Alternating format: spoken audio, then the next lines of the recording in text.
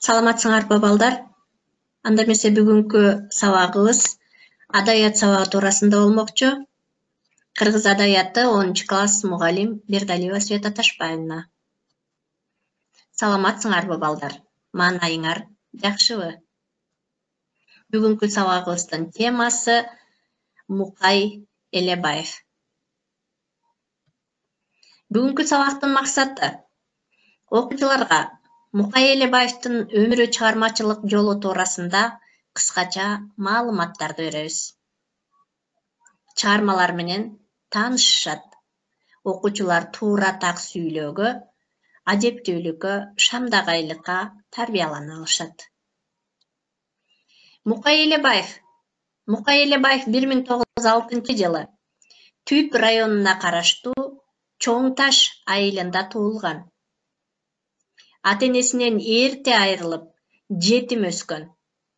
1916-жылы Үркүндө Кытайга качып, ал жактан кол өрөөнүнө жаңы бийлик орноду деп уккан, эл менен кошо жөө жалаңдап 1917-жылы кайтып келет. 1921-жылы Мукай Элебаев Караколдогу жетим балдарды тарбиялоочу интернатка кабыл алынат. Түп районуна караштуу Монастыр деген жердеги айыл чарба техникумуна кирет. Ал жакта 3 жыл билим алган соң Фрунзедеги Борбордук педагогикалык техникумга кирип, 1930-жылга чейин окуйт. Мукай Элебаевдин Зарыгам аттуу туңгуч ыры 1924-жылы Эркин Тоо газетасына жарык көрөт. Бул салттык арман ырларына үндөш жазылган бул чыгармасында акын билим алууга болгон тилегин, ой санаасын билдирет. Билим алууга умтулуп, кыялында не бир алыскы шаарларга барсам деп далалаттанган. Акындын замандаштарына бул ыр чоң таасир берген. Ошондой эле аны обонго салып жатка ырдаган учурлары да болгон. Ошол кездеги мектеп окуучусу дагы бир кыргыздын атактуу акыны Кубанычбек Маликов эскерген. Зарыгам менен катар бул алга бас, чамда, арсар жигит өңдүү алгачкы ырларын Мукай Элебаев айыл чарба техникумунда окуп жүргөндө жараткан. Зарыгам, алга бас, чамда, арсар жигит деген ырларын. 1931-жылы чыккан, ал эми 1936-жылы болсо Узак жол деген автобиографиялык романын дагы жазып жарык көргөн. Негизи Мукай Элебаевдин дээрлик бардык чыгармалары, автобиографиялары мазмунга ээ. Аларга Узак жол, Кыйын кезең, Зарлык, Бороондуу күнү сыяктуу аңгемелери жана ырлары кирет. Мукай Элебаев чебер котормочу дагы болгон. Ал орус адабиятынын классикасына айланган Гогольдун Шинель, Өлүк жандар, Толстойдун Хажы Мурат, Пушкиндин Хандын өлгөн кызы менен Жети баатырдын жомогу сыяктуу чыгармаларын, ошондой эле Максим Горкийди, Маяковскийди, Франкону, Сурковду кыргызчага которгон экен. Мына балдар, Мукай Элебаев бул жазуучу гана болбостон, чебер, котормочу катарында дагы биз тааный алат экенбиз. Мындан тышкары, Мукай Элебаев кыргыздын алгачкы эл агартуучуларынын бири. Жума Жамгырчиев менен бирге мектеп окуучулары үчүн адабият боюнча окуу китебин жазып, ал 1930-жылы жарык көргөн экен. Ал эми 1934-жылы СССР Жазуучулар союзунун мүчөсү болуп кирген экен. Мына сүрөттү карасаңар балдар, ошол кездеги Мукай, Алыкул Осмонов жана башка акын жазуучулар айыл арасында турган сүрөтүн чагылдырган экен. Ошол кездеги сүрөттөр. Мукай аялы бурулча менен түшкөн сүрөтү. Мукайдын жаш кези экен. Өмүрүнүн акыркы жылдарында Мукай Элебаев Салам кат, Улуу марш аттуу 2 ыр жыйнагын жараткан. Улуу марш деген ыры акындын патриоттуулук темасындагы ырлар жыйнагы катарында карасак болот. Кас душманга карата болгон өзүнүн ички сезимдерин билдирген. Ошондой эле ата журттун кулундарын кан күйгөн кармашка шыктандырган. Жоокердик духун көтөрүү үчүн акындын жүрөк толтосун жарып чыккан бул ырынын поэтикалык дагы, патриоттуулук күчү дагы зор болгон экен. Улуу марш деген ырында. Мукай Элебаев 1943-жылы согуш майданына аттанып, 1944-жылы май айында курман болгон экен. Мына балдар, Мукай Элебаев 43-жылы согушка кетип, 44-жылы май айында эмне болгон экен? Курман болгон экен. Мукай Элебаев кыргыз адабиятында балдар биринчи жолу социалисттик турмуштун өзүндөгү кемчиликтерди, терс көрүнүштөрдү сынга алып жазган экен. Анын 1940-жылы жаралган Тартыш жазуучунун жеке чыгармачылыгында гана эмес, ошол мезгили үчүн чоң жаңылык болгон экен. Деги эле бул Мукай Элебаев ошол эле 30-жылдары кыргыз жазуучу акындарынын ичинен адабий сынга көбүрөөк кайрылган экен. Курч макалаларды жазып, газета журналдарга жарыялап турган экен. Тартыш бул албетте ошол кезде сахнага коюлушу мүмкүн эмес эле.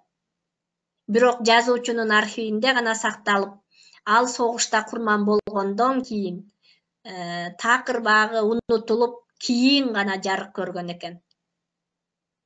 Эми Мукай Элебаев багы өз пьесасын эмне үчүн театрда коюудан баш тартышканын, ошол мезгилде элдин ураандарга көнүп, башка темаларды көп кабыл албагандыгы менен түшүндүргөн экен.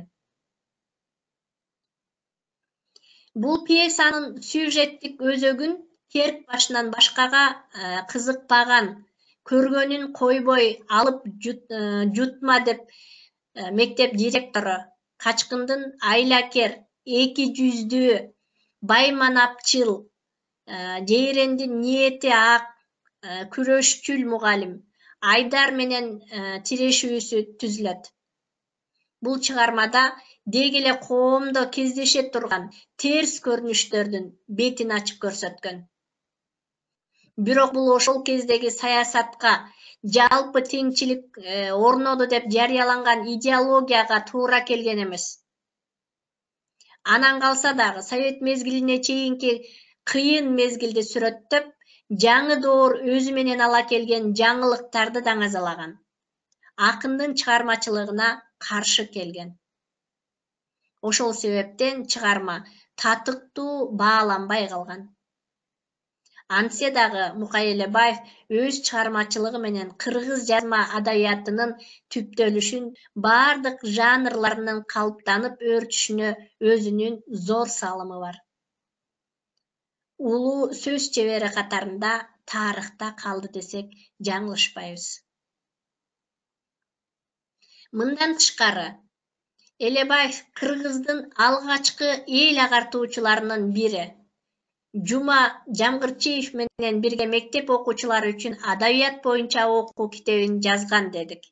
Андан тышкары 1934-жылы СССР жазуучулар союзунун мүчөсү болуп кирген экен.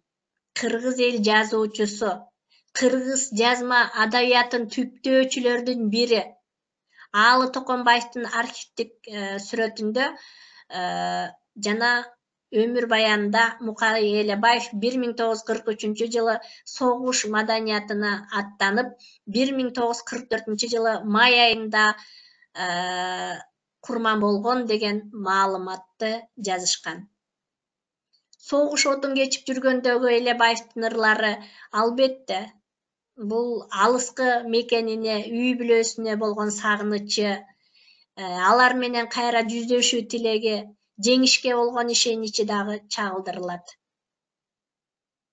Мукай Элебаевдин Зарыгам аттуу туңгуч ыры 1924-жылы Эркин Тоо газетасында жарык көргөн. Салттык арман ырларына үндөш жазылган бул чыгармасында акын билим алууга болгон тилегин, ой санаасын билдирет. Канткенде табам амалын, көкүрөктөгү жаранын, алыста окуу артык деп угамын катуу кабарын. Билим алууга умтулуп, кыялында не бир алыскы шаарларга барсам деген далалаттанган. Акындын замандаштарына бул ыр чоң таасир берген. Мына ошентип акын эң биринчи туңгуч ыры Зарыгам деген ыры менен 1924-жылы Эркин Тоо газетасына жарык көрүп чыгарган экен. Зарыгам менен катар эле Алга бас, Чамда, Арсар жигит өңдүү алгачкы ырлары Мукай Элебаев Айыл чарба техникумунда окуп жүргөндө жараткан дедик балдар. Жазуучунун биринчи ырлар жыйнагы 1931-жылы чыккан. Ал эми 36-жылы Узак жол деген автобиографиялык романды жазган экен. Негизги Мукай Элебаевдин дээрлик бардык чыгармалары автобиографиялык мазмунга ээ экен. Аларга Узак жол, Кыйын кезең, Зарлык, Бороондуу күнү деген сыяктуу аңгемелери жана ырлары кирет. Мукай Элебаев чебер котормочу дедик.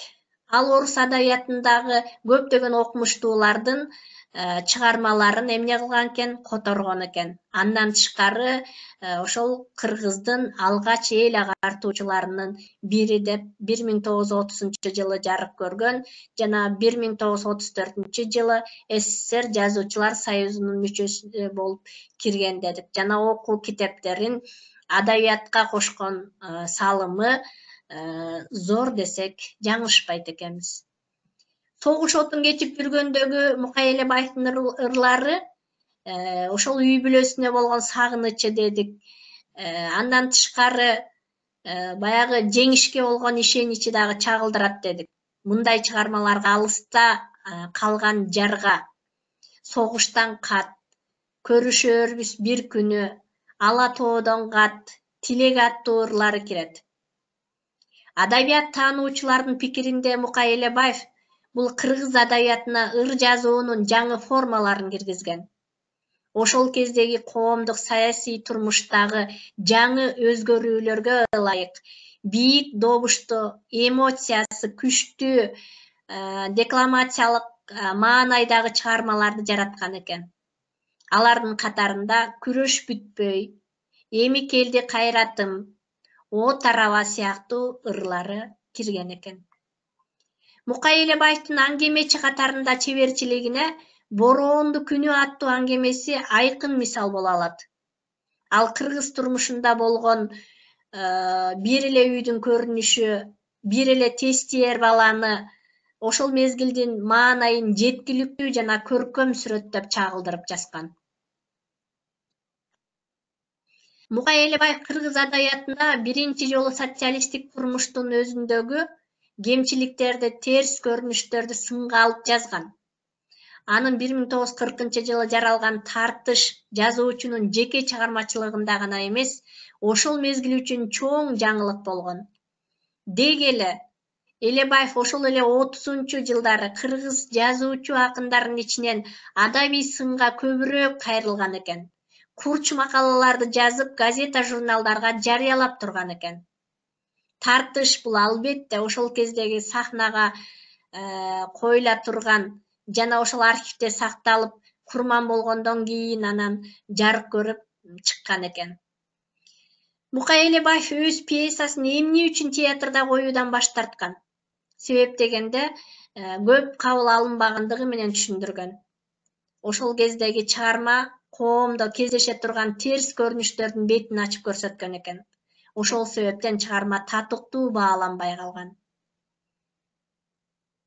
Ал эми азыр болсо Ысык Көл облусунун Түп районуна караштуу Талды Суу айылында Базар Коргон районундагы номер 1 орто мектеп Мукай Элебаевдин ысымын алып жүрөт. Анда эмесе балдар, биз кыскача Мукай Элебаев туурасында маалыматтарды ала алдык. Анда эмесе Мукай Элебаев бул кандай чыгармаларды, кандай ырларды жараткан жана кайда туулган деп суроолорду бергенде биз так айта алганга аракет кылалы. Мукай Элебаев 1906 жылы Түп районуна караштуу Чоң Таш деген айылында туулган экен. Бирок ата энесинен эрте айрылган экен. Көптөгөн кыйынчылыктарды башынан өткөрүп, 1916 жылкы үркүндө дагы Кытай жергесине качып барып келген экен. Мукай Элебаев бул эң биринчи туңгуш чыккан ыры Зарыгам деген ыры эмне болгон экен? Жарык көргөн экен. Бул жеке эле Зарыгам деген ыры менен чектелбестен, Мукай Элебаевдин бул Зарыгам, Алга бас, Чамда, Арсар жигит деген алгачкы ырлары жарык көргөн экен. Узак жол, Боронду күнү сыяктуу аңгемелерди жазган экен. Мукай Элебаев бул 1941 жылкы согушта, 42 жылы согушка катышып, 43 жылы каза болгон экен. Мукай Элебаев. Анда эмесе үйгө тапшырма балдар, Мукай Элебаев туурасында бышыктап, кайталап окуп, өмүр жолу туурасында конспектилеп кыскача дептерлерибизге жазып чыгабыз. Көңүл бурганыңарга чоң рахмат. Сак саламатта калгыла балдар. Кийинки сабакта жолугушканга чейин саламатта калгыла.